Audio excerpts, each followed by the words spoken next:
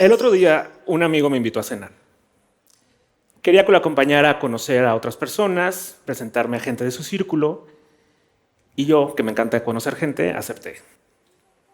Ya que estábamos ahí en la mesa, platicamos un poco de todo, de viajes, de cine, de música, los temas que platicas con gente que no conoces. Ya entrados un poco en calor, uno de ellos me preguntó, oye, ¿y tú qué religión tienes? Y yo, con la confianza que una pregunta así me puede suscitar, le contesté. Fíjense que hace unos años leí un libro científico muy interesante que me gustó mucho, que me permite afirmar, sin miedo a equivocarme, que Dios no existe.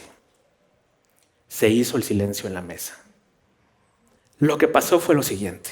De un lado de la mesa habría alguien que me dijo, pero qué ignorante eres, ¿cómo puedes decir eso? ¿Cómo puedes hacer una afirmación así? ¿En qué estás pensando? ¿Quién te crees? Es más, ¿quién lo invitó? Del otro lado de la mesa hubo alguien que dijo, qué interesante, fíjate que yo pienso como tú. Concuerdo con tu punto de vista.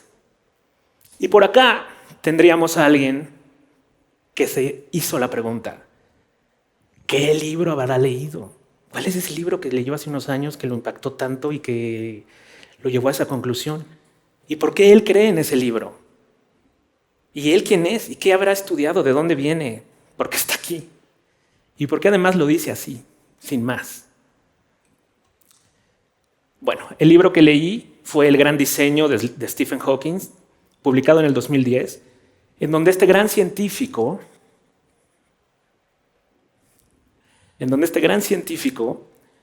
plantea, después de un gran estudio, que no es necesario invocar a Dios para explicar a la creación. Las leyes de la física se explican por sí mismas. La idea de un creador del universo es innecesaria. Ustedes imagínense la repercusión que una afirmación así puede tener en el mundo, con los medios de opinión. ¿Cómo puede influir algo así en la humanidad?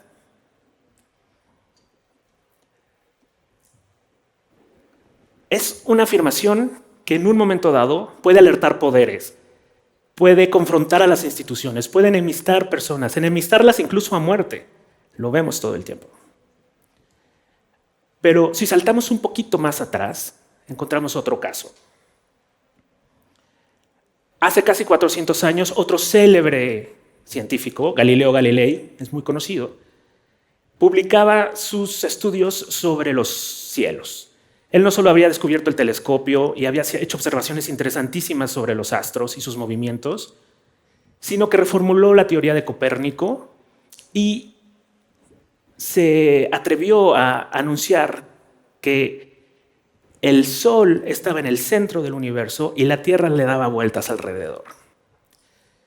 Esta visión heliocéntrica fue una revelación. No solo la Tierra giraba alrededor del Sol, sino todos los planetas con ella. Por primera vez en siglos y siglos de escrituras sagradas, nuestra ubicación en el espacio tenía una nueva versión. En realidad no importaba lo que Copérnico dijera o lo que Galileo dijera sobre la posición del Sol. Lo que importaba es que contravenía al poder absoluto, contravenía a una verdad dictada, ponía en riesgo el gran domo del status quo. Pero personajes como Galileo se atrevieron a preguntarse más. Fueron más allá. Dedicaron su vida a buscar respuestas, aún saliéndose de la verdad dictada, aún poniendo su vida en riesgo, su libertad. ¿Y quién se preguntó quién sería Galileo? ¿Por qué haría eso? Galileo, uno de los iniciadores de la revolución científica en Europa, un gran científico renacentista que cambiaría e influiría sobre la ciencia y sobre la humanidad. Voy a dar un salto de 200 años en el tiempo. Mediados del siglo XIX encontramos a otro gran científico. En esta ocasión es Charles Darwin. Darwin está publicando en este momento su máxima obra, El origen de las especies. Y Darwin fue un poquito más osado. Su versión es un poco más escandalosa por dos razones. porque contraviene la verdad absoluta y porque pone en el centro de la polémica al Homo sapiens, al hombre. Sí, lo que él dice con su teoría de la evolución a través de la selección natural y sexual de las especies es que todos los animales y los seres vivos descienden de un ancestro en común. Evolucionaron con los años, se fueron transformando. Algunos se extinguieron y otros permanecen. Y el Homo sapiens es uno de ellos. Es un ser vivo igual a todos los demás y tiene un ancestro en común también, un homínido. Desciende de un homínido. En pocas palabras, sí, Darwin le estaba diciendo al mundo que el ser humano desciende de un chango. Y peor aún, ¿qué es un chango? Es un homínido, se lo sigue siendo, solo que es pensante. Esto fue un escándalo en ese momento. Por primera vez, un científico, destronaba al ser humano de la cumbre de la pirámide de los seres vivos, le quitaba su supremacía sobre todo el reino natural y lo igualaba a todas las especies.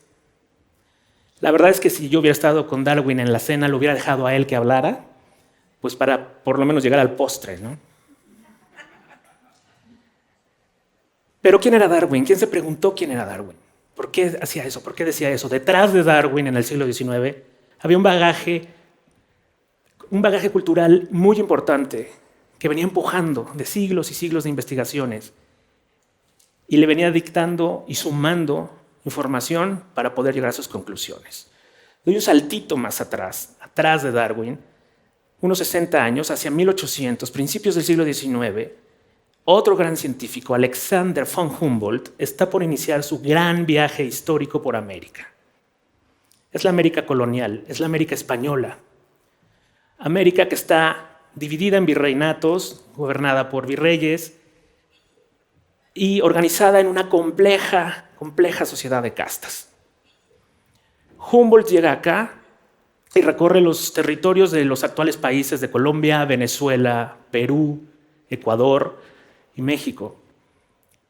Registra todas las cosas que puede, navega los ríos, los lagos, conoce montañas, registra especies, animales, vegetales. No solo conoce el monte Chimborazo en Sudamérica, sino que acá en México pasa por el Nevado de Toluca, incluso se asoma en las minas de Guanajuato, que en aquel entonces eran muy famosas por ser el máximo centro de producción de riqueza del mundo. Y hace, como resultado de todos estos registros, él hace una aportación muy interesante. Él habla de que el mundo es una unidad, es uno solo. ¡Qué novedad! Hoy en día eso nos parece muy simple, pero en aquel entonces esto tenía una implicación muy interesante. Como una unidad, sí, es una unidad, es un sistema conformado por muchos ambientes y por seres vivos interconectados y todos funcionan y conviven en esta unidad. ¿Esto qué implicaciones tiene? Que todos los continentes son iguales, no hay continentes mejores o peores, no hay continentes más nobles o menos nobles. El oxígeno es el mismo en Australia que en México. Las nubes pasan igual por París que en la Patagonia. No hay diferencias, la naturaleza es la naturaleza. Esta idea en ese momento era revolucionaria. No se pensaba así. Y recomendó cuidar esa unidad. Recomendó cuidar el medio ambiente, protegerlo, porque si se causa daño en un lugar, repercute en otro. Pero ¿qué pasa? 200 años después, en la actualidad, seguimos viviendo visiones confrontadas al respecto. Tenemos evidencia suficiente que señala que el calentamiento global es una realidad, que hemos afectado al planeta de un modo irreversible, y hay posturas que no lo creen. Hay posturas que están en contra de esta visión. Una vez más, los poderes se alertan, las instituciones se confrontan y las personas se enemistan por ideas distintas. Si regresamos con Humboldt, encontramos algo más interesante. Él exploró a los seres vivos y dentro de los seres vivos están también las personas, el ser humano. Pudo adentrarse en los confines de las selvas y de los bosques gracias a los nativos, a los pueblos nativos de cada región. Ellos lo guiaron, ellos lo ayudaron. Entonces los conoció y los conoció en su entorno. En todos sus registros, él recomendó después que todos los gobiernos deben de proteger la diversidad de sus pueblos y sus culturas, deben de apoyarlos y deben de ayudarlos a preservar sus tradiciones, sus culturas y sus lenguas. Imagínense, siglo XIX. No sé qué cara habrá hecho el rey de España cuando oyó esto. Pero ¿qué pasa? 200 años después, en el presente, tenemos visiones encontradas con situaciones similares. Una cantidad de etnias y de gente que migra de Centroamérica buscando el sueño americano pasa por México.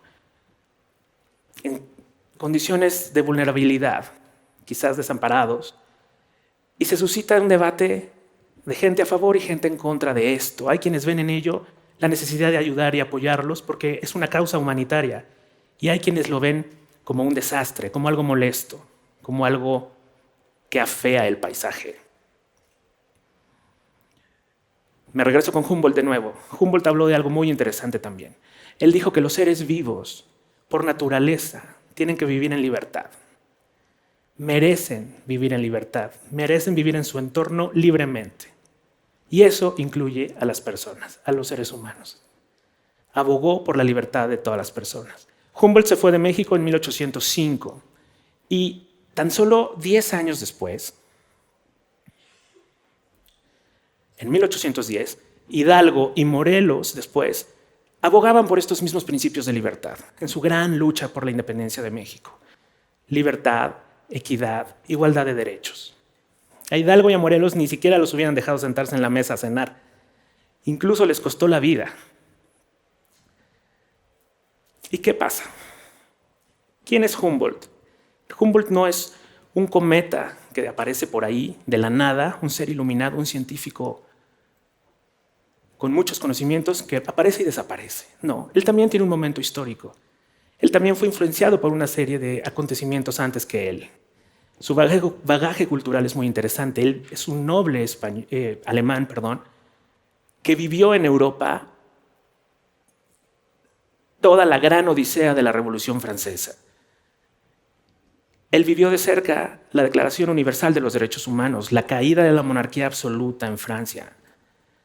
Él festejó la independencia de Estados Unidos, de los ingleses, y la instauración de la primera democracia en América. Cuando él llega acá, encuentra el laboratorio perfecto en la América colonial para contrastar sus conocimientos. Ese es su momento histórico.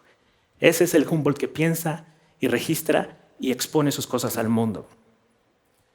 Humboldt siempre se preguntó un poco más, igual que los otros, que Darwin, que Galileo, que Hawkins y que todos los científicos. Siempre se preguntó, ¿cuál será la realidad? Siempre quiso encontrar nuevas respuestas. Y yo les recomiendo, los invito a que hagamos lo mismo en nuestra vida cotidiana.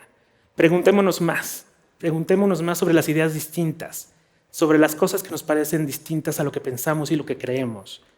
¿Por qué son así? ¿Qué son? ¿De dónde vienen? ¿De dónde salieron?